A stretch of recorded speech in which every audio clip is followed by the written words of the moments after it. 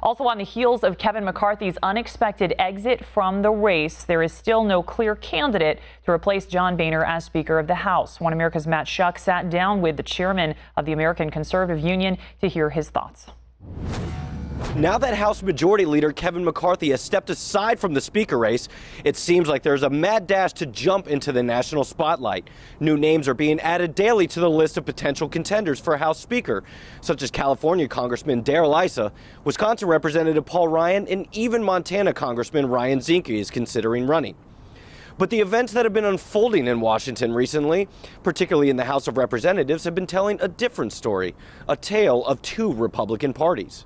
There's no such thing as a little civil war, right? So this is an actually very serious disagreement. Matt Schlapp is the chairman of the American Conservative Union, the nation's oldest and largest conservative grassroots organization.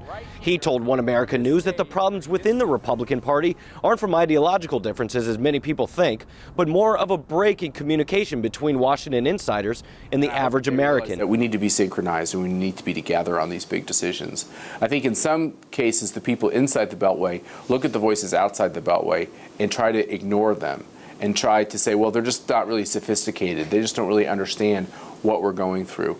And I think that's a big mistake, because then you have these huge cataclysmic disagreements. Since Matt Schlapp represents grassroots conservatives, I wanted to ask him who, in his opinion, would be a viable candidate for Speaker. And I think the one thing you can probably take to the bank is that the next leader for Republicans in the House will not be from the Freedom Caucus, and the next leader for the Republicans in the House will probably not come from the current list of their elected leaders. It's probably going to be a fresh face that most Americans have not heard of. The current vote for Speaker is scheduled for October 29th, and it is unclear whether that's going to change again. Matt Schuck, ONE America News, Washington.